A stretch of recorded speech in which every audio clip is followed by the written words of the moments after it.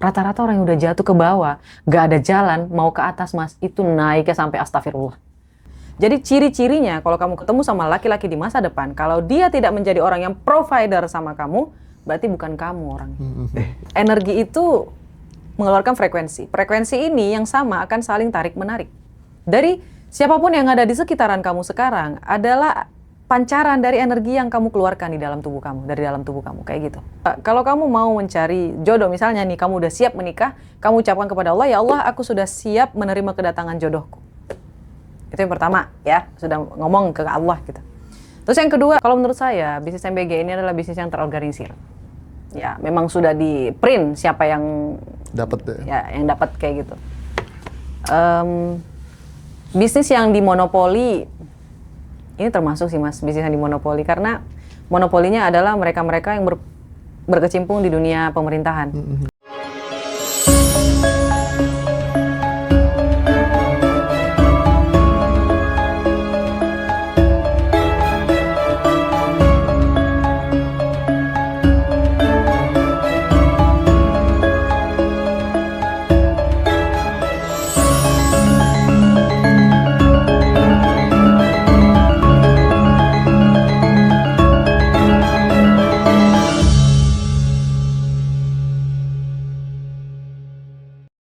Aku waktu kemudian membuka human design, terus kemudian peta energi, terus kemudian bercat tuh sampai terpana gitu ya.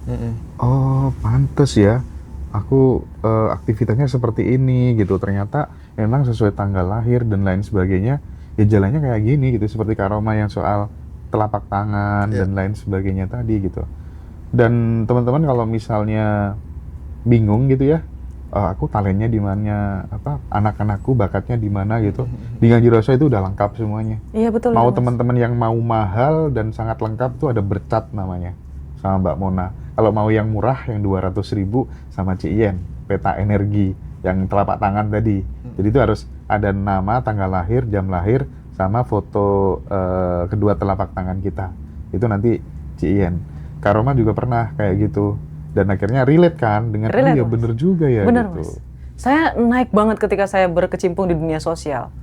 Ternyata selama ini bisnis saya itu salahnya tidak berkecimpung di dunia sosial. Kalau saya berbisnis di kemudian hari, ya harus di dunia sosial. Kalau mau... Makanya kadang, oh ternyata pada saat kita lahir, itu semesta tuh sudah membukakan, oh ini jalan hidupmu tuh seperti dari kelahiran itu. Iya gitu betul mas. Makanya saya tidak percaya lakukan apa yang kamu sukai di dalam hidup agar kamu tidak bosan. Bullshit. Saya nggak percaya mas. Saya nggak percaya itu. Lakukan passionmu supaya kamu bisa enggak, saya nggak percaya. Iya. Lakukan apa yang sudah menjadi bakatmu, kemampuanmu agar kamu bisa melakukan apa yang kamu sukai tanpa halangan apapun. Saya percaya yang itu mas. Karena yang Timothy juga kan bilang kayak gitu, saya nggak suka trading, saya nggak suka ini, tapi saya suka uang. Saya ngelakuin apapun agar bisa saya berkecimpung dalam uang, kayak gitu mas. Banyak. Robert T. Kiyosaki juga kayak gitu, Jim Rohn juga kayak gitu. Semua orang yang kita lihat berhasil di zaman ini, di zaman yang lalu-lalu itu, mereka melakukan apa yang sudah menjadi bakat mereka. Agar mereka bisa melakukan apa yang mereka suka. Tapi sehebat apapun bakatmu, kalau kemudian nggak diasah, dia akan kalah dengan kebiasaan yang diulang terus-menerus. Nah, itu betul sih mas. Tapi kalau misalnya, itu kan banyak opsi ya mas ya. Pilih yang mana? Nah, kalau mau cepat, ya ada printnya. Iya betul. Kalau mau cepat, ada denahnya. Kalau mau nggak cepat, ya telusuri aja dulu. Oke. Ji, yang selanjutnya, yang based on kasus, biar ini jadi pelajaran buat teman-teman semuanya yang punya masalah-masalah serius dalam hidup. Karoma, bagaimana cara kita membedakan antara rasa lemah yang wajar dan bentuk penyerahan diri yang justru membuka jalan untuk pertumbuhan? Rasa lemah yang wajar ya mas ya. Manusia itu terlahir itu beda-beda takaran emosionalnya mas. Oke. Kecerdasan itu pun ada 3 bukan? Yang pertama adalah IQ, EQ, dan ESQ. Iya. Ada orang yang memang terlahir dengan kecerdasan spiritual. Ada orang yang terlahir dengan kekuatan emosional luar biasa. Dia pintar bersosialisasi. Kayak gitu. Dan ketika kita memang tidak diciptakan dengan hanya dengan kepintaran, tapi tidak dengan kemampuan sosialisasi, ya tidak masalah kalau kita mengakui dulu. Tidak masalah. Iya, aku introvert, tapi aku akan belajar bagaimana caranya agar aku bisa bersosialisasi. Tapi masalahnya kebanyakan orang, aku introvert, jadi aku nggak bisa deh ngikut-ngikut seminar kayak gitu. Itu nggak bisa tuh, Mas. Itu membatasi diri malah. Itu membatasi diri. Ibaratnya kayak dia melogoin sesuatu agar dia tidak melakukan hal yang dia tidak mampu. Ibaratnya dia menyerah duluan daripada dia berjuang. Pemalas sih kalau menurut saya, Mas, orang-orang yang sudah mengkasih label dirinya kayak gitu. Nah kalau misalnya nih, kan di Ngaji Roso kan banyak kelas, termasuk kelasnya Kak Roma yang level up tanggal 6 Maret. 6 Maret.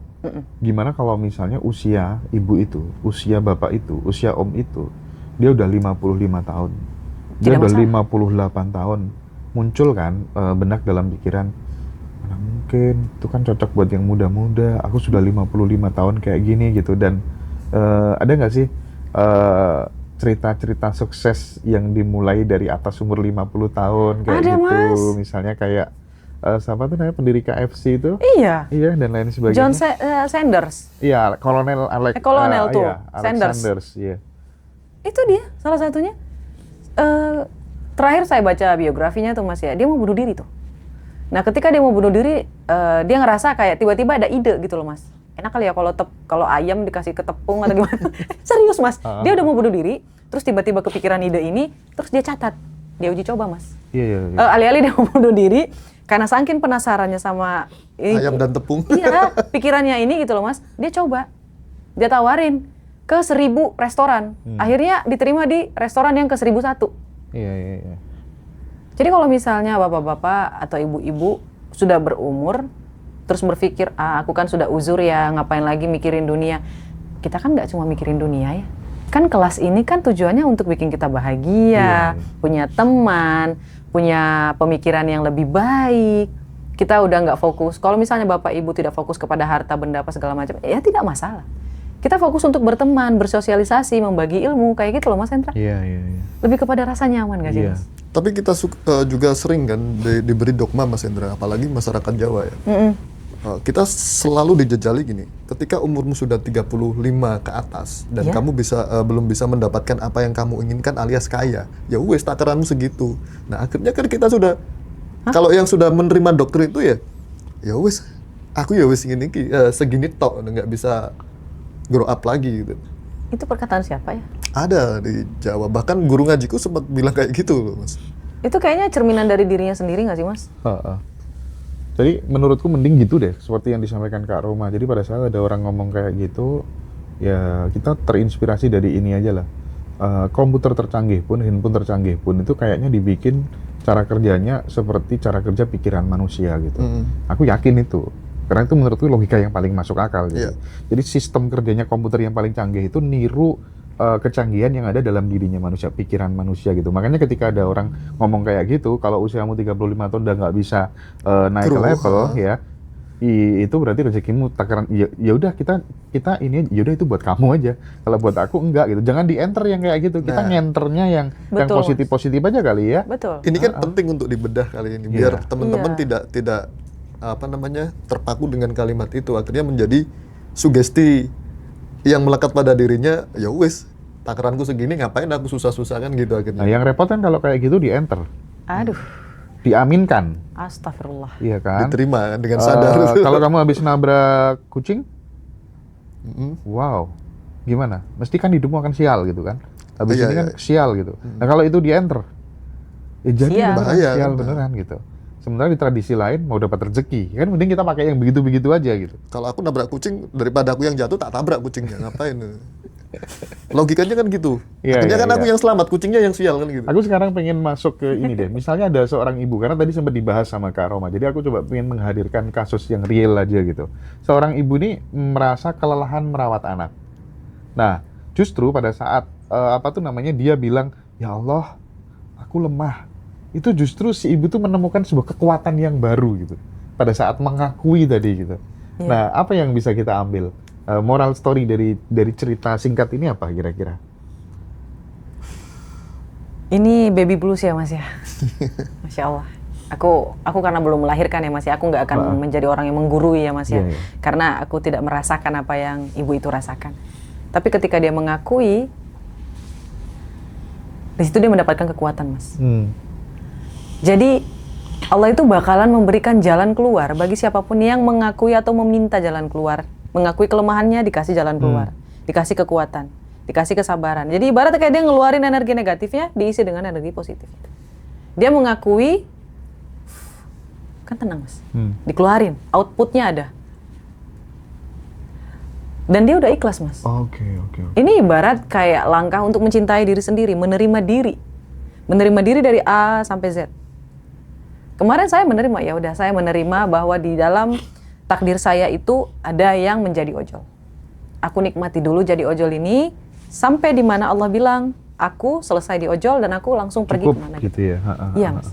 Dan ibu itu dia ngerasa dia mengakui kelemahannya agar dia bisa menemukan jalan gimana caranya untuk menyelesaikan puzzle kelemahannya itu loh, Mas. Diakui dulu. Kalau diakui berarti dia tahu dia punya kelemahan itu, Mas. Ibarat kalau kita sakit, kita tahu sakit apa, kita tahu mau minum apa. Iya. Kita tahu obatnya apa. Ada orang yang tidak mau mengakui dan dia nggak tahu deh mau ngapain. Oke. Nah, tadi sempat juga dibahas soal identifikasi kelompok yang tanyakan oleh Mas Rozi ya, bahwa ternyata circle kita itu sangat berpengaruh terhadap jalan hidup kita gitu. Nah, bagaimana kalau kemudian ini ditarik ke misalnya ke adik-adik yang masih mahasiswa gitu? Otomatis anak seusia itu kadang masih dia harus mencoba banyak hal untuk kemudian mengetahui mana sih bakat dan talentaku tuh di mana. Dia harus menemukan sesuatu yang easy, yang enjoy, yang excellent, yang earning gitu kan. Nah, itu tuh sarannya Kak Roma gimana untuk memanfaatkan kelompok-kelompok yang bisa membangun jalan hidupnya yang lebih baik itu apa gitu? Mungkin saran saya agak sedikit ekstrim ya, Mas. Apa tuh? Saya nggak mau buang waktu. Kalau misalnya saya disuruh kembali untuk menjalani masa jadi mahasiswa, saya tidak akan membuang-buang waktu untuk mencari apa yang saya sukai. Oke. Tapi mencari apa yang membuat saya menjadi lebih baik kemudian. Jadi kayak bertumbuh kayak gitu loh, Mas. Bukan mencari apa yang kamu sukai, tapi mencari apa yang membuat kamu bertumbuh. Kalau apa yang kamu sukai, itu kamu benar-benar buang-buang waktu. Karena belum tentu apa yang kamu sukai baik bagimu, dan apa yang tidak kamu sukai tidak baik bagimu.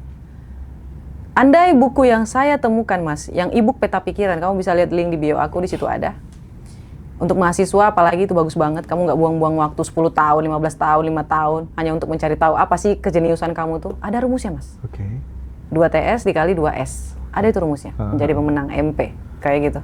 Lebih baik lakukan dulu, ya. Kamu lakukan dulu apa yang menjadi bakat kamu, setelah itu kamu merasa kamu enough, ya, kamu udah punya ground, baru kamu ngelakuin yang itu.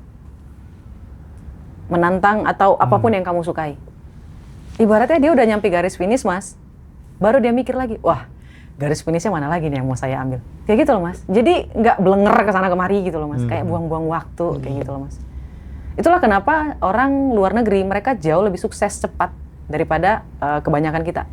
Kenapa? Karena mereka itu terfokusnya cepat, kayak gitu loh, Mas.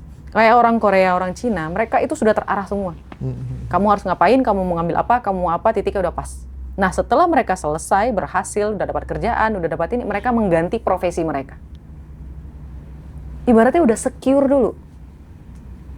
Tapi masalahnya kebanyakan masyarakat Indonesia tuh enggak, Mas. Dan termasuk saya. Akhirnya apa? Terbuang. Sia-sia nggak, Kak Roma? Enggak. Kan ada untung dan untung banget. Iya, untung dan untung banget. Iya. Cuman kerugiannya apa? Di masalah waktu.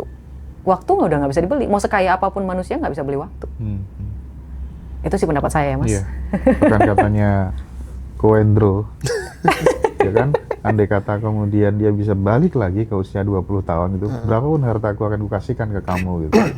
Nggak tahu beneran apa enggak, tapi paling enggak kan, oh sebegitunya ya orang tuh, waktu itu sangat mahal banget gitu ya. Banget, Mas. Nah, soal manifesting, bagaimana menerapkan manifestasi, apapun itu yang pernah dipelajari sama Kak Roma, yang itu bisa membantu atlet-atlet Indonesia, sebut aja misalnya badminton. Kadang ya, ketika kita ngomong soal teknik, soal skill, soal fisik, itu tuh nggak jauh beda kok mereka dengan Cina dan lain sebagainya gitu. Tapi terkadang pada saat kemudian ketemu sama pemain-pemain yang juara dunia misalnya, yang Korea gitu, sekarang kalau ganda putra Korea gitu, ini kadang belum udah kalah mental dan lain sebagainya gitu. Nah, apakah kemudian membuat panggung imajinasi, membuat afirmasi, itu tuh bisa sangat berkontribusi dalam konteks atlet tadi gitu. Kok kalah terus ya, nggak pernah naik apa tuh namanya podium ya, itu tuh gimana Kak Roma? Gimana tuh kalau misalnya dirimu punya adik atau apa yang dia sebagai atlet gitu? Ya kalau misalnya Mas, saya punya adik yang atlet kayak gitu ya Mas ya. Kalau misalnya dia gagal, saya akan bertanya, kamu tuh melihat siapa sebagai guru? Oke, oh. Oke. Kalau misalnya kamu fokus untuk menang, maka kamu juga tidak boleh melewatkan opsi untuk kalah. Kita juga harus belajar dari orang yang gagal, Mas. Karena orang yang gagal ini akan memberitahu di mana dia gagal. Dan orang-orang yang gagal ini memang ditakdirkan untuk menjadi seorang pelatih. Dan ada itu, Mas, ceritanya tuh, bukunya tuh, di mana pelatih yang gagal ini mencetuskan sampai 100 pemenang atlet. Sedangkan orang yang menang Olimpiade ini hanya bisa mencetuskan 30 orang pemenang dalam Olimpiade. Berarti kegagalan itu nggak selalu menjadi guru yang buruk. Itu untuk fisik ya Mas ya. Kita kan memang melakukan LOE, tapi kita juga butuh yang namanya strategi. Nah, kita butuh yang namanya strategi. karena teman-teman. hasil itu kan teknis plus non teknis gitu. Betul, kan Nah, pikiran, perasaan, dan tindakan. Tindakan. Tindakan yang tadi saya sebutkan adalah persiapan, strategi. Nah, pikiran ini kita harus fokus untuk menang, untuk kita. Terkadang kan orang mau menang hanya gara-gara mau validasi dari orang lain, Mas. Iya. Ini akan memberatkan dia. Dia harus melakukan yang terbaik. Kalau orang ingin menang, dia harus melakukan yang terbaik. Bukan, saya harus menang karena saya ingin menang. Enggak. Kamu harus melakukan yang terbaik supaya kamu menang. Kamu ingin menang, ya kamu melakukan yang terbaik. Jadi di situ-situ aja gitu loh, Mas. Tidak ada orang lain di situ. Kita nggak bisa jadi raja di hidup orang lain. Terus perasaannya itu harus dijaga. Terkadang kan kalau ngomong sama orang yang sudah menang berkali-kali dalam Olimpiade gitu, Mas, itu kan jadi apa ya, tekanan bagi salah satu atletnya. Iya. Serius, Mas? Bener. Betul. Ngomong terlalu mendengarkan mereka untuk menuntut, kayak tuntutan dari orang tua, tuntutan dari pelatih, tuntutan dari ini, dari sponsor, dari segala macam, itu bikin dia jadi kayak stres gitu loh, Mas.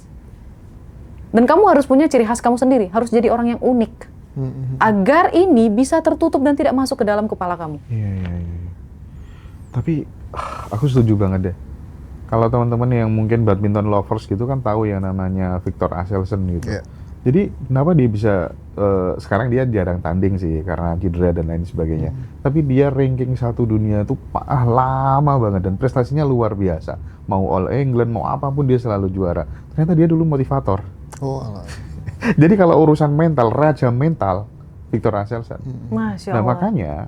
makanya kalau misalnya contoh misalnya, kan tadi kita sempat bilang ya bahwa kemudian hasil itu teknis plus non teknis gitu kan. Iya. Betul. Nah, meskipun misalnya kalau di tunggal putri itu ada Grego Mariska Tunjung, ada Putri Kusuma Wardani dan lain-lain, dia melakukan manifestasi, dia melakukan afirmasi gitu. Tapi pada saat kemudian dia mengasah skillnya, dia hanya latihan misalnya ya lawan 1 orang gitu. Sementara An Se-young lawannya itu 3 cowok pada saat latihan. Oke. Ya kan? 3 lawan 1. Ya wajar dong An Se-young jadi juara dunia gitu. Iya. Meskipun kamu manifestasi mau afirmasi kayak apapun juga, ya tetap kalah orang skillnya tindakannya berbeda Beda. kok. Ya nggak Kak Roma? Ini kan orang harus Iya. aware gitu loh. Kita tuh juga harus belajar, Mas. Kan masih ada yang namanya usaha intuisi, itu artinya kita mempersiapkan. Kalau misalnya kita mau jadi juara, ya kita harus lebih hebat daripada kita yang kemarin. Misalnya nih Mas, saya udah mulai buka kelas kayak gitu. Jadi topik ini harus saya upgrade terus-menerus. Nah, Iya. aku tadi bilang, mudah-mudahan Kak Roma nanti mau upgrade materi terus gitu. Iya, gitu loh Mas. Serius aku batin gitu tadi. Iya Mas, itu telepati ya Mas ya. Iya, aku batin gitu loh tadi loh. Karena aku betul, melihat Mas. responnya teman-teman luar biasa. Bagus banget. Amin, Allahumma amin. Saya jadi teringat Mas, kayaknya saya butuh liburan deh. Iya deh, harus dong. Perlu Penting ini. jeda. Iya, waktu jeda kayak gitu. Mungkin nanti di bulan Mei kayaknya Iya. istirahat sebentar. Heeh. Untuk bisa bawain topik baru gitu ya Mas Oh, ya. harus Masya Allah. dong. Itu Mas pengen. Rozi. Iya Kak Roma, Iya. seberapa besar peran keyakinan kita dalam diving semesta Aduh, untuk membuka Rozi, potensi? jangan pertanyaan itu lagi. Coba deh aku aja kalau gitu. Aku pengen langsung yang based Mana on nih? kasus saja ya. Oke. Jadi misal ada seorang pebisnis, itu Ya. tiba-tiba dia jatuh bangkrut, Oh, I see. ya. bagaimana dia itu bisa menggunakan rasa yang lemah tadi itu, Kak Roma?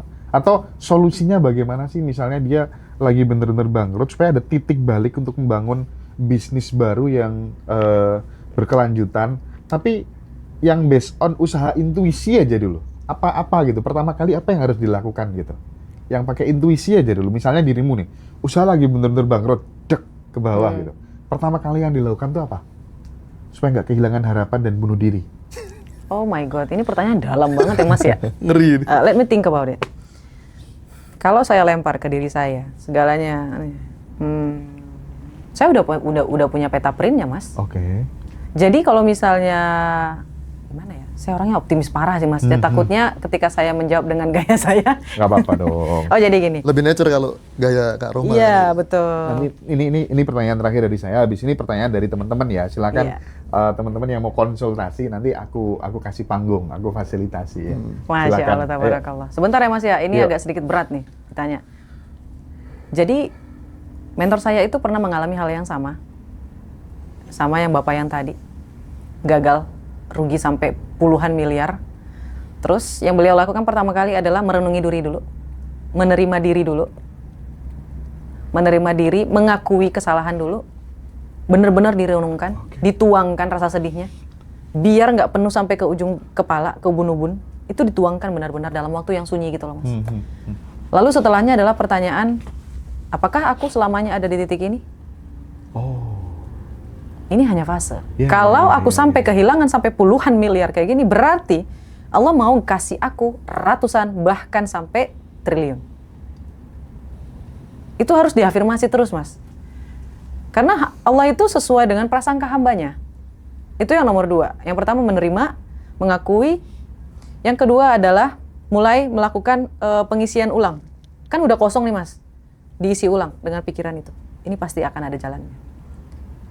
Dan ketika kita yang nomor 3, melakukan usaha lagi. Kita ya lego aja. Kalau ini gagal lagi ya coba lagi. Ini memang sangat-sangat generalisasi ya Mas ya. Karena dari si bosnya juga itu, mentor saya ini ketika dia mencoba melakukan sesuatu itu menghindari permasalahan yang udah pernah dia lakukan. Jadi kayak di rundown. Oh nomor 3 di rundown Mas. Kemarin itu kesalahannya bisa bangkrut itu karena apa? Pertama tadi menerima, kedua setelahnya itu diisi ulang kepalanya untuk diperbaiki mentalnya. Yang ketiga di rundown, dikoreksi. Kemarin itu kesalahannya kenapa?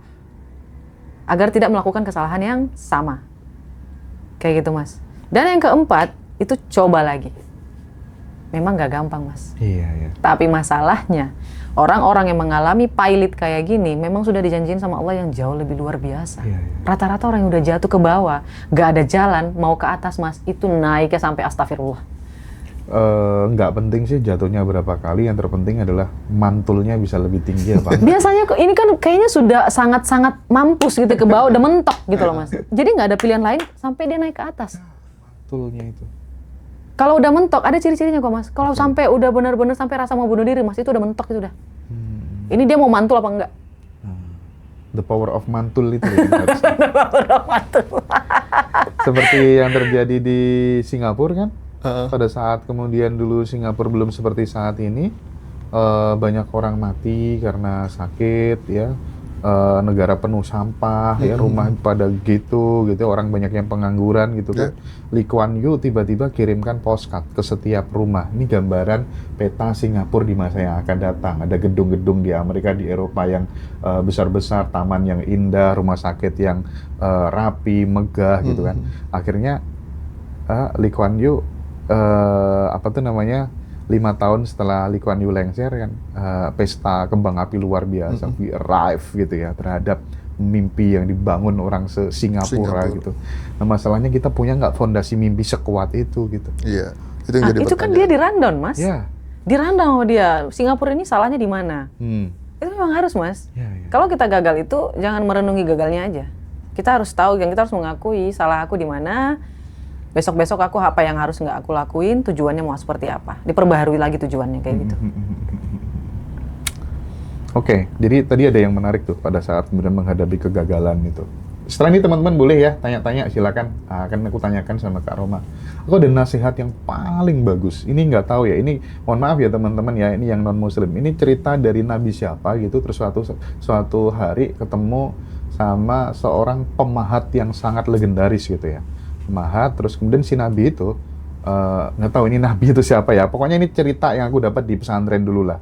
Kemudian dia minta tolong dong, dari pengalaman hidupmu di usia yang sekarang ini, yang sudah tidak muda ini, tolong kamu ringkas lewat beberapa kata aja, tulis di cincin itu, cincinnya mau aku pakai gitu.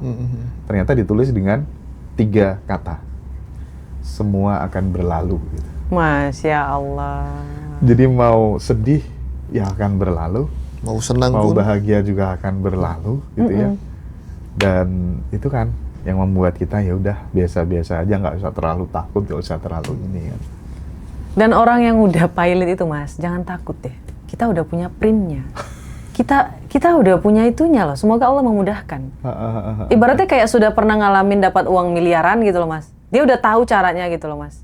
Yang sulit itu kan 100 juta, 1 miliar, 10 miliar. Setelahnya selesai. Selesai, itu udah gampang. Nyata gitu. sih itu. Iya, Itu betul. nyata sih.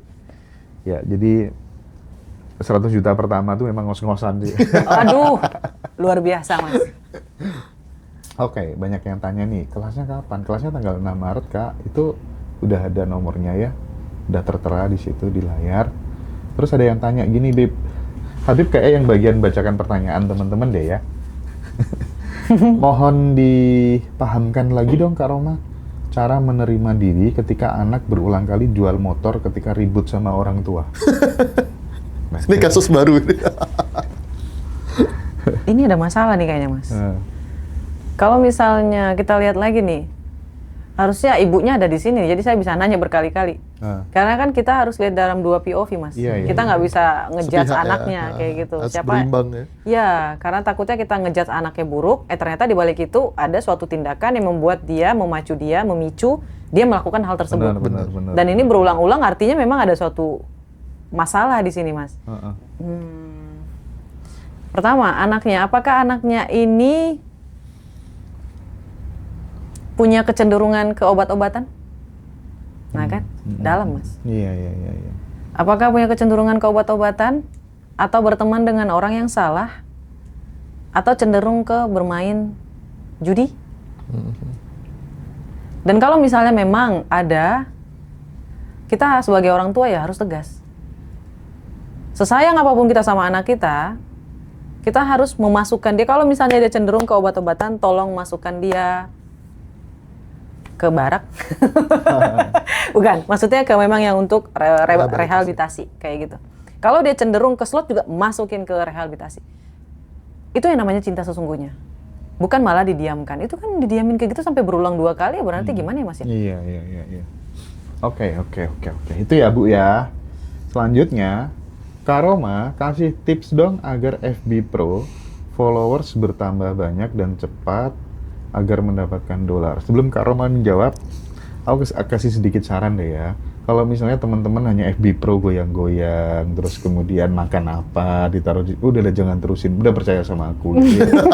Aku juga ada FB Pro kayak gitu, dan hasilnya, aduh. Zong ya Pak ya, Mas ya? Nggak seberapa lah ya. Menurutku teman-teman kalau pengen dapat uang lewat konten kreator dan lain sebagainya, silakan chat aku. Nanti aku ajarin jadi clipper bagaimana, jadi clipper underbone-nya Ngaji Roso, jadi YouTuber. Kalau teman-teman udah punya konten yang monetis, silakan nanti bisa hubungi Mas Habib. Aku kasih nomornya Mas Habib, nanti diajarin gimana kita kerja sama gitu ya, sama Ngaji Roso. Nanti aku kasih konten-kontennya ini, naikkan ini gitu. Nanti aku ajarin. Daripada FB Pro kamu 10 tahun nggak bakal dapat apa-apa kalau kontennya hanya goyang-goyang ya, terus kemudian bikin quote gitu ya, dan lain sebagainya gitu. Udah habis-habisin waktu teman-teman. Percaya sama aku ya. Jadi tak kasih yang lebih masuk akal, lebih realistis nanti ya. Itu. Tapi Kak Roma bisa jawab dulu deh kali. Kalau misalnya kamu ngotot dan tidak mau melakukan pendapat dari Mas Hendra yang sangat realistis dan cepat gitu ya Mas ya, kamu pilih niche yang sanggup kamu lakukan untuk dalam jangka waktu yang lama. Setuju. Karena ketika kita masuk ke dalam dunia konten, kamu harus sudah merelakan yang namanya waktu. Merelakan waktu ini artinya dalam setiap hari kamu sudah ngupload video. Kita sudah harus memikir jangka waktu setahun ke depan atau 3 bulan ke depan apakah kita sanggup menghasilkan video ini setiap hari. Niche-nya harus di situ. Kalau misalnya kamu termasuk tipikal orang yang pemalas, gunakan AI. Ya, gunakan AI dan keluarin dana lebih banyak. Dan kalau mau lebih singkat, ya ikutin cara Mas Hendra tadi. Belajar dulu. Tapi yang penting aku bilang ya MV Pro oke, ketika kemudian itu kamu mudah mengerjakannya dan itu menjadi basic need-nya banyak orang. Betul. Jadi kebutuhannya banyak orang gitu. Jangan yang sekedar ya kamu goyang-goyang kayak gitu tuh aduh. Yang kayak bunda-bunda nggak sih Mas? Ya risih banget gitu lihat ya. Salam apa sih ini MV Pro tuh? Salam apa namanya? Aku males nonton aku kadang. Itu ya buat teman-teman ya.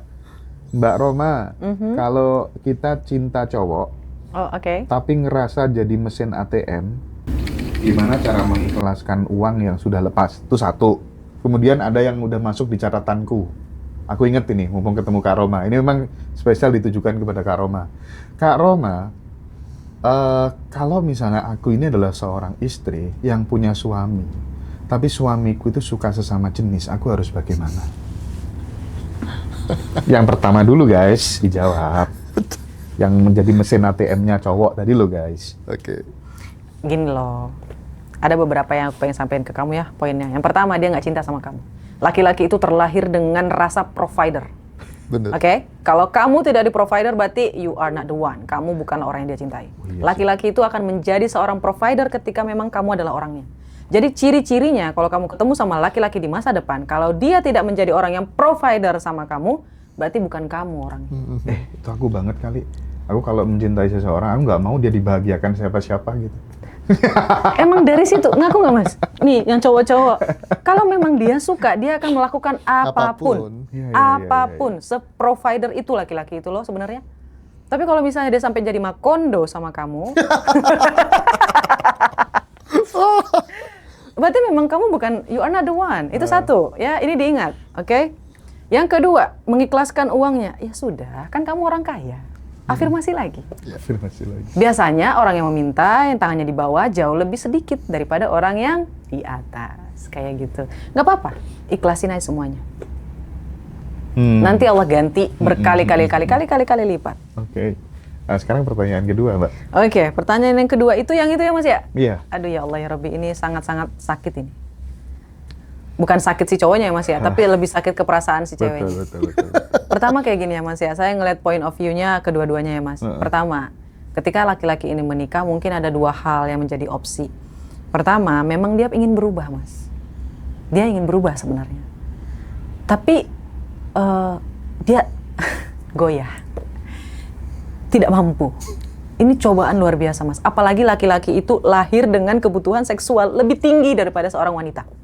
Di dalam otak laki-laki itu, kebutuhan seksual itu bisa dibilang 30% lebih banyak daripada perempuan. Itulah kenapa laki-laki yang sangat-sangat ambisius, kalau di dalam ilmu pengetahuan ya Mas ya, dia menggunakan porsi dari jatah keinginan seksualitas dia ke ambisiusnya. Itu menjadi luar biasa Mas. Itu ada di ilmu Napoleon Hill, buku Napoleon Hill. Gunain sex drive itu untuk menjadi membakar ambisi kita. Kayak gitu. Dan si cowok yang ini dia tidak bisa. Dia kalah sama porsi sex drive-nya dia. Dan kalahnya dia kenapa? Karena dia tidak bisa mendapatkan kepuasan dari seorang wanita. Kan itu ujian dia Mas. Dan dia kalah di situ. Dan yang nomor 2 adalah memang dia hanya ingin melakukan lavender marriage. Tapi salahnya si cowok ini dia tidak mengatakan open kepada si cewek kalau dia melakukan pernikahan adalah lavender marriage. Kayak gitu. Nah, untuk apa yang bisa dilakukan sama si cewek ini, alhamdulillah kamu sudah tahu. Ya udah, ikhlasin aja. Kita nggak bisa ngelakuin apapun. Doain aja. Gitu ya? Iya Mas. Jadi doain aja yang terbaik buat kan dia. Nggak bisa dipertahanin kan kayak gitu? Atau... Aku nggak mau bilang itu penyakit ya Mas Hendra ya. Itu cobaan. Itu cobaan dari Allah Subhanahu Wa Taala. Dia mau lulus apa enggak? Kalau misalnya memang si mbaknya nggak mau bertahan, ya nggak masalah. Sebutin aja sama Allah, ya Allah ya Rabbiku, aku menyerah, aku minta maaf, aku tidak bisa bertahan menemani hambamu ini untuk berubah menjadi lebih baik. Aku berharap yang kebaikan yang luar biasa terjadi di dalam hidupnya. Tapi kumohon padamu ya Allah, pertemukan aku dengan laki-laki yang memang mencintaiku, lahir dan batin. Kayak gitu sih Mas. Nggak ada yang bisa diinin lagi. Iya. Aduh, aku juga Mau mewakili prihatin sebagai pengganti. Iya, nggak usah marah, nggak usah ini, ya udah biarin aja. Dari Kak Kori sekarang. Ini bagus. Afirmasi untuk dapat jodoh terbaik dan rumah tangga yang rukun, saling menerima, bagaimana Kak Roma? Kalau mau buat afirmasi dapat jodoh, aku masih bisa ngasih saran. Tapi kalau dapat jodoh yang luar biasa baik dan dan sesuai apa yang kamu inginkan, itu kamu harus perbaiki di dalam diri kamu dulu. Karena energi itu mengeluarkan frekuensi. Frekuensi ini yang sama akan saling tarik-menarik. Dari siapapun yang ada di sekitaran kamu sekarang adalah pancaran dari energi yang kamu keluarkan di dalam tubuh kamu, dari dalam tubuh kamu, kayak gitu. Dan itu yang pertama. Yang kedua, kalau kamu mau mencari jodoh, misalnya nih, kamu udah siap menikah, kamu ucapkan kepada Allah, ya Allah, aku sudah siap menerima kedatangan jodohku. Itu yang pertama, ya, sudah ngomong ke Allah gitu. Terus yang kedua, kamu harus mulai mencari tahu, ini namanya usaha intuisi Mas Hendra. Belajar memasak, terus mulai tahu nih nanti mau pakai baju couple apa, mau honeymoon di mana, sudah belajar bagaimana cara menjadi istri yang baik, benar-benar melakukan ya memang dia bersiap untuk, bukan menunggu ya Mas ya, dia bersiap. Kayak gitu, mulai bertanya ke psikolog kalau misalnya kayak gini tuh gimana, atau ke teman-teman, permasalahan rumah tangga itu gimana ya menyelesaikannya. Mulai bertanya kepada teman-teman cowoknya. Cowok tuh suka pakaian cewek yang gimana, iya, western apa gimana. Itu namanya gitu. usaha intuisi Mas. Itu yang bisa aku sampaikan, tapi kalau kamu bilang yang terbaik, kamu harus merubah diri dulu. Oke. Biar kamu bertemunya dengan orang yang baik. Cintai diri kamu, agar kamu bertemu dengan orang yang mencintai kamu. Oh keren. Ya. Siapkan wadahnya dulu, pantaskan dulu dirinya gitu ya teman-teman ya. Itu satu rumus Mas. Orang yang tidak mencintai dirinya, ya Mas ya, yang tidak menghargai dirinya, akan datang orang-orang yang tadi kayak Makondo tadi. Serius, dia tidak mencintai dirinya sendiri. Misal nih, ya Mas ya, alhamdulillah aku nggak pernah ketemu sama Makondo Mas. Alhamdulillah belum pernah ketemu sama Makondo. Padahal aku tomboy loh Mas. Kalau bisa dilihat aku nggak terlalu gemulai gitu loh Mas. Tapi kalau misalnya selama ini aku bertemu dengan laki-laki, semuanya laki-lakinya itu provider semua. Oke. Karena aku nggak mau gitu loh Mas. Iya. Kalau kamu cinta sama aku, ya buktikan. Makanya kan ada cowok yang nggak terlalu ganteng gitu ya, tapi dikelilingi banyak cewek-cewek. Tapi wah, itu provider parah itu Mas. Karena dia memang benar-benar self love-nya luar biasa, dia PD-nya luar biasa. Betul itu Mas. penting. Betul lagi. Penting. Iya memang benar. Iya. Makanya buat teman-teman yang belum dapat yang susah cari jodoh itu bisa ditiru tuh. Ya. Udah, nanti datang aja lah ya, datang aja di kelas. Iya, datang aja lah ke seminarnya nih ya. Nanti di Mas kapan offline Mas? Nanti setelah online dulu kita banyak lagi yang tanya pengen ketemu secara offline ya. Kan Masnya bilang ketemu langsung. Menarik ya. Oke deh. Nanti teman-teman ya kita selesaiin yang online dulu. Ada pertanyaan bagus.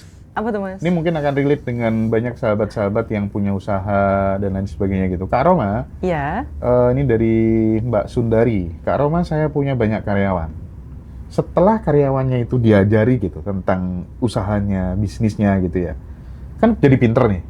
Tiba-tiba banyak yang keluar juga. Dan itu selalu berulang terus kejadian kayak gitu. Pernah aku juga ngalamin kayak gitu. Bahkan ditipu sama kruku sendiri gitu ya. Tapi alhamdulillah sekarang udah. Itu dulu. Identitas lama guys. Awal-awal kan. Ya. Gimana ini solusinya nih? Biar memutus pola berulang ini. Baik. Mungkin gajinya kurang besar kali ya? Awas? Mungkin gajinya kurang besar kali? Enggak Mas. Enggak. Ya? Tapi ada banyak faktor mungkin ya. Faktor Eh, dari. tapi iya sih, aku setuju sih Mas. Yang gaji terus Masnya tadi apa? Ada banyak faktor karena saya juga pernah jadi karyawan. Jadi bosnya itu dikibulin anak buahnya terus Mas. Ya itu bisa jadi kurang gaji, bisa jadi tidak dimanusiakan. Itu bisa. Mereka mempunyai dendam akhirnya dan sekarang semua mantan karyawannya itu punya usaha besar-besar Mbak. Baik. Tapi aku setuju sih Mas. Aku mulai lagi aku ngeliat di BUMC ya Mas ya, Badan Usaha Milik Cina. Ini kita bahas dikit ya Mas ya. Yes. Teman-teman tahu, Badan Usaha Milik Cina, gajinya itu luar biasa. Tahu nggak kenapa? Itu ada filosofinya loh Mas. Gajinya yang luar biasa, tapi bonusnya enggak. Oke. Gajinya luar biasa, dibuat merasa nyaman luar biasa, makanan disediain Mas. Setiap bulan itu ada yang namanya hebring-hebring bersama kelompok kayak gitu. Jadi sosialisasinya itu dipererat kayak gitu Mas. Kayak kita adalah satu keluarga. Iya. Terus habis itu cutinya dipermudah. Benar-benar dibuat rasa nyaman gitu loh Mas. Benar. Nah ketika dia ngerasa nyaman, dopaminnya terlalu banyak di dalam kepalanya Mas. Kritisnya jadi berkurang. Kritisnya jadi berkurang nih, ya. Problem solvingnya, kayak gitu. Jadi kan pemimpin itu jiwa kritisnya ada, problem solvingnya tinggi Mas. Itu ciri-ciri pemimpin Mas. Nah bagaimana caranya yang dua ini turun, ya Mas ya, waspadanya turun kayak gitu. Gedein dopaminnya. Bener-bener digedein dopaminnya. Itu yang pertama ya Mas, kan ini saya nanti dibilanginnya lagi, saya sebenarnya nggak senaif itu guys. Yeah. Jadi apa ya namanya, ini kan ilmunya generalisasi, ada ilmu jahatnya ada lagi, nanti saya nggak mungkin ngomong di sini ya. Kalau ibunya mau ilmu jahatnya silakan ayo, langsung ketemu. Tapi saya kasih clue lagi yang lebih mudah. Cara untuk membuat itu pembelajaran bisnisnya itu, apapun lah itu pembelajaran membuat sesuatu itu, ya Ibu ya, kalau boleh itu dibedah. Ibu atau Bapak terserah, itu dibedah. Dibedahnya seperti apa Kak Roma? Dia tuh harus dikategorikan. Tempat si A buat sampul C. Tempat si B buat sampul F. Tempat sini jadi sampul I, F. Jadi yang E dan F tidak bisa bertemu. Ini dipisah Mas. Saya tahu ini tuh waktu saya jualan minuman. Ya Mas ya. Nggak akan ketemu tempat pengeringan bubuk dengan pembuatan bubuk. Nggak akan. Benar. Nggak akan ketemu. Bisnis KFC juga kayak gitu Mas. Mas lihat deh, ke KFC, McD kayak gitu. Sepakat. Itu tuh bumbunya aluminium. Hanya tok aluminium. Tulisan doang, bahan doang. Dah. Nggak dikasih tahu di mana produksinya. Nggak dikasih tahu di mana ini. Tepung pun udah jadi. Ya, dagingnya kita juga nggak tahu campuran daging manusia apa enggak gitu ya. Iya betul Mas. Itu saya sepakat.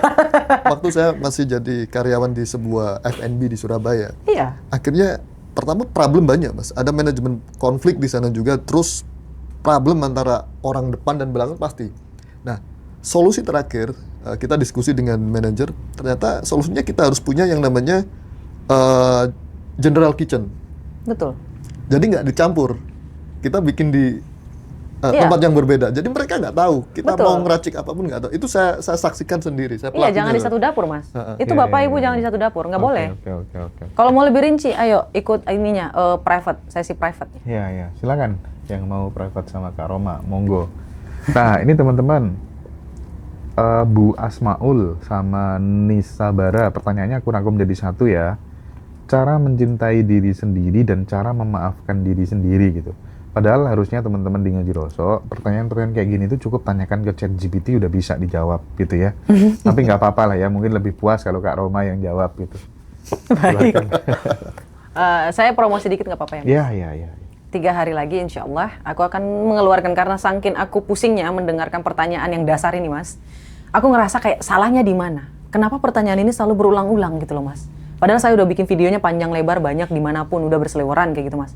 Akhirnya saya berpikir, kayaknya memang Allah menakdirkan aku untuk bikin buku deh dengan topik kayak gini gitu Iya, Mas. aku aja gitu. Iya. Kamu bisa follow akun aku di TikTok, nanti aku akan live memberitahu kapan bukunya selesai. Sip. Oke. Oke. Ya Ibu ya? Ya, oke. Bikin buku deh ya. Iya Mas Hendra. Bener Mungkin lagi. ya begitulah. Kalau nggak beli bukunya nih, di sini ada saya tulis nih. Itu tuh, beli buku itu tuh. I am the King. Iya. Silakan WhatsApp yang di live. Ikut yang seminarnya dapat gratis buku. Ini ada self love nih. Dia yang pertama, pengaturan mental 1 Mas, bagian 1. Self love, mencintai diri sendiri. Di sini udah saya tulis cara mencintai diri sendiri. Itu beli bukunya di nomor yang udah Kak Dara tuh, yang di tertera itu. Nanti dapat I am the King. Silakan teman-teman ya. Dapat seminar, dapetin bukunya dapat di situ. Atau ikut seminarnya. Nanti seminarnya udah dapat buku ya. Tanggal 6 Maret ya. 2 jam. Boleh, mau dari Hong Kong, dari manapun boleh. Ya, silakan. Yang di live satunya di Ngaji Jawa juga sama. Teman-teman bisa chat itu nanti biar dapat bukunya. Seminarnya bayarnya 999 ya. Ya, tanggal 6 Maret, teman-teman.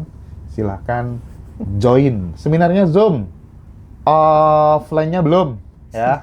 Di Taiwan boleh ikut gabung seminarnya. Oke, ya karena kita live di 2 akun, ya. Oke, sip. Mas Rozi ada lagi yang mau curhat. Jadi kalau bisnis MBG bagaimana itu? Pisah juga kah? Bisnis MBG. Oh, itu Hati-hati, bisnis yang hati-hati. lagi Lagi viral dan perlu kehati-hatian. ini harus dicopot dulu topengnya nih, Mas. Pinter banget ini ngebuat viral nih pertanyaan teman-teman nih. Kan lagi naik daun itu MBG, Mas. Iya. Kalau menurut saya, bisnis MBG ini adalah bisnis yang terorganisir. Ya, memang sudah di print siapa yang Dapat ya yang dapat kayak gitu. Bisnis yang dimonopoli ini termasuk sih, Mas, bisnis yang dimonopoli karena monopolinya adalah mereka-mereka yang berkecimpung di dunia pemerintahan. Iya, Kayak ini kan juga mau MBG, mau Koperasi Merah Putih dan lain sebagainya itu kan, ya andai kata aku jadi presiden ya akan bikin kayak gitu sih. Iya kan, karena itu menguntungkan, akan Mas. berkaitan dengan 2029 secara agresif gitu kan. Sangat menguntungkan. Iya, itu kan siapa bisa, yang ada itu kan bisa menyandra setiap kepala desa juga gitu ya. Itu bagian strategi nanti. Iya sih. Itu bagus sih. 29. Nggak ada diskon, ada. Nanti kita kasih diskon buat khusus temen-temen yang member YouTube Ngaji Roso. Sudah lah, pokoknya kamu beli kelas-kelas apa nanti aku kasih. Khusus ya dari saya, tenang aja. Jadi, tapi tunjukin kalau dirimu udah member YouTube Ngaji Roso. Itu apresiasi buat keluarga sendiri. Gitu ya, teman-teman ya. Tabarakallah. Nggak apa, aku jadi pengen ini aja sih. Biar teman-teman merasa kayak dihargai gitu ya. Karena aku melihat, ya Allah, teman-teman Ngaji Roso itu luar biasa karomah. Aku kayak menemukan keberlimpahan dalam bentuk lain gitu ya. Masya Ketemu Allah, banyak tabarakallah. saudara, apalagi pas acara-acara offline kayak gitu tuh. Aduh, ternyata Rasanya beda. ya berlimpah tuh nggak hanya soal uang, Iya, baru benar-benar. sadar aku, ya. Nah, baru sadar gitu. Jadi kita mendapatkan teman yang perhatian, ngingetin kita. Pada saat aku kesini dia datang, aduh ya Allah tuh. Di mana-mana ada langsung banget saudara gitu ya. Mana-mana ada saudara gitu. Thank you ya teman-teman semuanya ya.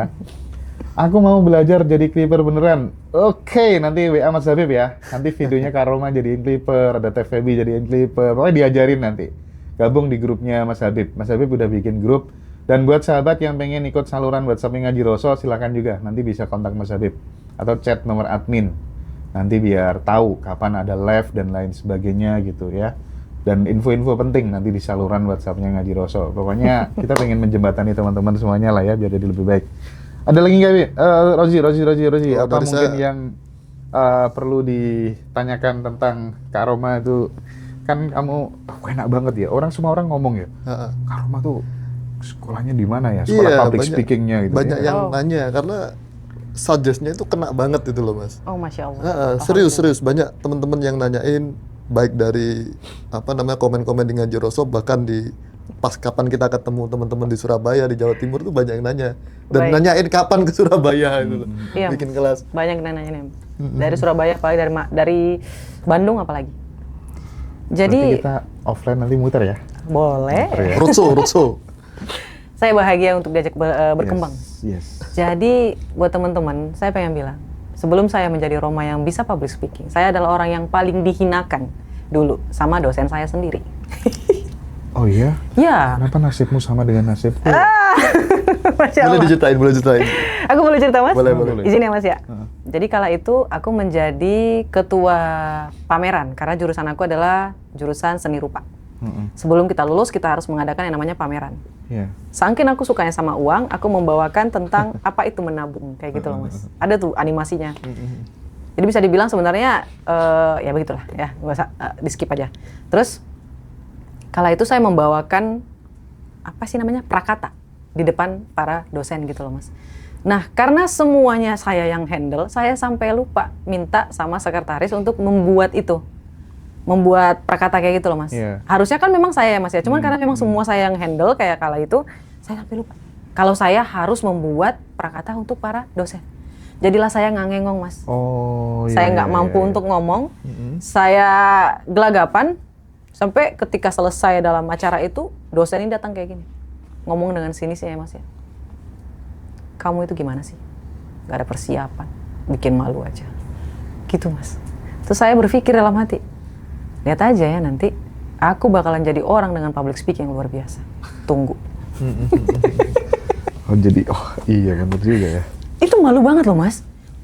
Banyak loh orang yang denger Mas. Iya.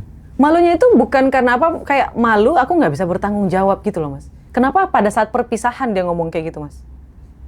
Dan ini adalah orang yang sama ketika saya pengen belajar sesuatu. Jadi kayak saya udah bilang sama dia Mas, terserahlah.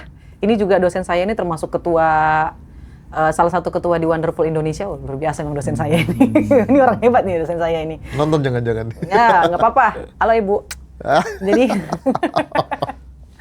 Jadi Ibu ini, saya udah bilang, Ibu saya tertarik sekali sama pewarna alam. Tertarik banget Mas. Saya punya pengetahuan tentang pewarnaan alam, alami kayak gitu. Dan mudah-mudahan suatu hari nanti bisa terwujudkan kayak gitu Mas. Karena ada juga kan permainan energi dalam baju. Itu dalam banget loh Mas. Oh, iya. Ada Mas. Bahkan setiap video saya yang viral itu adalah baju dengan bahan. Iya deh kayaknya. Ini nih, ini apa satu lagi tuh? Nantilah saya ngomongin. Nanti aja saya sampaikan di Najwa selanjutnya kalau saya diundang tentang baju. Ngomong-ngomong baju, kita punya kaos baru katun. Oh ya. Beli guys. Bagus ya teman-teman ya. Bagus. Tapi ngomong-ngomong soal tadi ya diremehin sama dosen ya. Kedua kali tuh Mas. Aku dulu satu kelas ini. Bayar kuliah telat terus. Aduh, malu banget itu. Tiap di kelas tanya terus nggak sudah kayak orang paling pinter sendiri gitu kan. Waduh, malu Pak. Malu terus kemudian iya deh Lon. Habis kalau orang Jawa tuh disosotno gitu. Didoakan jelek gitu.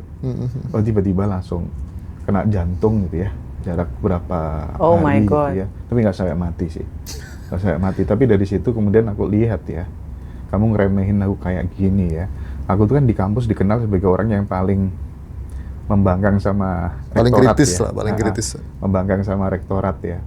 Jadi pokoknya tuh kebijakan rektorat yang kita tentang terus gitu kan. Suka demo. Ya, suka demo dan lain sebagainya gitu. Tapi suatu hari aku bilang, nanti yang sambutan wisuda nggak ada mahasiswa lain yang dipilih. Pasti aku yang dipilih gitu. Padahal logikanya kan nggak mungkin dong. Wong aku orang yang mengkritisi rektorat terus-menerus gitu kan, memalukan nama rektorat terus-menerus, terus aku bisa sambutan bagaimana gitu kan. Udah. Satu hari ada seorang guru, Mas bisa nggak bantu ini, lomba ini, biar nanti juara gitu. Itu dosen, tapi dia ngajar juga. Oh bisa Bu, yakin ya, garansi mesti juara, nggak mungkin enggak gitu. Jadi saya pinter meyakinkan orang itu dari dulu, ya, garansi mesti juara Bu gitu ya. Tapi dengan catatan, nanti yang sambutan wisuda harus saya gitu. Masya Allah. Waduh berat ini. Maju ke rektorat kan. Gak mau. Nanti ini mesti akan menghujat saya di depan banyak tamu gitu kan. Segala macam terus. Pas. Sama Pak Rektor gak boleh kalau sampean yang jadi. Ya udah kalau gitu aku gak megang apa tuh namanya, gak mau handle biar lombanya juara. Aku gak mau pegang. Pokoknya aku harus mau. Ini hanya sambutan nanti harus aku gitu kan. Akhirnya dia berusaha gitu. Nyari orang yang bisa megang aku dan deket sama rektorat gitu. Namanya Pak D gitu ya. Ya udah nanti kalau sampai Hendra macam-macam saya orang pertama yang nyeret dia dari podium gitu kan. Wah akhirnya dikasih. Waktu itu pas yudisium. Pidatoku bagus dong. Gak mungkin gak bagus kan karena di situ ada kipas angin yang besar gitu kan. Gak mungkin kan keluar keringat kalau itu kan paling takut tau kalau pidato di depan keringetan. Suasana gak dingin gitu kan. Nervous kan. Oke, terus akhirnya beneran wisuda aku yang dipilih sambutan dan itu di depan Menteri Kelautan dan Perikanan waktu itu Pak Fadel Muhammad gitu ya. Dan semua orang tepuk tangan luar biasa. Usaha intuisi ya Mas ya? Tapi semua teman-teman di kampus pada bingung semua, kurang ngajar. Kita selama ini dibodohin sama Hendra gitu. Dia hanya acting aja selama ini musuhi rektorat gitu. Padahal aku ada usaha kayak gitu. Supaya kemudian, itu usaha loh Mas? Iya, karena aku ingin menutup itu loh, dosenku yang kurang ngajar tadi loh. Dia tuh bener-bener membuktikan ya. Iya. Wih gila ambisius banget ya Mas Hendra ya. Serius. Dan itu jadi motivasi Mas Hendra. Aku sakit hati banget sama dia tuh. Serius. Bahkan waktu dia PPL aku nggak mau jadi ini apa? Pokoknya aku ngelawan dia. Iya. Ngelawan bener. Jadi ya gitulah. Setuju sih Mas, setuju. Kita tuh harus kalau dulu kita rumusnya sebagai aktivis ya, kita harus setara, dipandang setara dengan siapapun, nggak boleh ada yang ngeremehin. Gitu. Bener. Dulu masih kayak gitu kan, ya. Even itu sama polisi sama apa. Masuk ini dulu, penjara. ini dulu tim saya bagian tukang demo tuh Bagian ini, gambar. bagian gambar ya, poster Bikin apa poster gitu. Saya juga orang art juga kan. Iya. Jadi, saya tugasnya bagian itu, Mas Hendra bagian kowar-kowar. Saya bagian pegang megapun kemana-mana. Berarti bestie dari dulu Mas? Iya. Berarti sama dong kayak teman saya. Iya. Oh, Masya Allah, tabarakallah. Suksesnya bareng ya Mas ya. Subhanallah. Mudah-mudahan nanti saya juga kayak gitulah. Amin. Iya, itu masih balas sakit hati dulu teman-teman. Iya, Tapi itu kan rektornya dulu sudah ya, dulu. sudah almarhum Mas ya, dipatekain. Oh. Tapi ya kita harus bersyukur nggak sih Mas? Ada perkataan itu. Iya, Ya, Saya ngerasa saya bener bersyukur sih Mas. Betul Kak Roma. Karena kalau nggak ada perkataan itu, Mungkin nggak saya bisa, nggak akan belajar lebih banyak tentang public speaking Mas. Bener. Itu kalau aku melihat itu sebagai dendam yang positif sih. Iya, Ya terserah ya teman-teman nilai gimana, tapi itu menguntungkan buatku. aku sangat. Dan justru kalau misalnya ketemu aku pasti bilang terima kasih. Makasih ya Bu udah remehin saya. Kayaknya kita punya pengalaman yang sama semua. Bahkan saya dulu diujat kan di kampung itu. Heeh. Apa mungkin kamu bisa hidup dari drawing dan lain sebagainya? Aku malah gambar kulitnya bule itu dibayar $350 tiap 5 sentinya. Ini Mas yang gambar? Ini gambar sendiri. Jadi aku dulu tato art Dia di gambar Bali. sendiri Kan. dia. Sempat Oh jadi dia tato. jago. Rozi itu kalau soal gambar di atas rata-rata Kak. Wow. Di atas gambar. rata-rata. Mau lihat dia. dong Mas? Mau Saya orangnya gambar penasaran. Ya, konvensional, gambar wajahnya digital. Kak Roma aja. Bisa dia. Pakai kertas putih biasa kayak gitu tuh. Wow, dia jago dia. Makanya nanti kalau mau bukunya digambar nanti tak gambar buat sampul. boleh. Oke ya, teman-teman semuanya ya. Jadi kita obrolannya sudah hampir 2 jam. Tapi yang jelas banyak hal baru yang kita dapatkan dari obrolan ini, istimewa, senang Amin, sekali, Allah, merasa amin. terhormat sekali. Dan sekali lagi buat sahabat yang ingin punya buku I Am The King, silakan hubungi admin Ngaji Roso, nomornya ada di bio TikTok ya, atau di kolom deskripsi YouTube Ngaji Roso. Dan teman-teman bisa daftar seminarnya Kak Roma tanggal 6 Maret. Kita akan 2 jam bersama dengan Kak Roma untuk seminar level up ya. Betul Mas. Oke, terima kasih banyak Kak Roma atas Ya, waktunya. sama-sama Mas Makasih. Hendra. Terima Sukses kasih buat terus, Kak teman-teman Roma. semuanya. Enjoy fasting ya.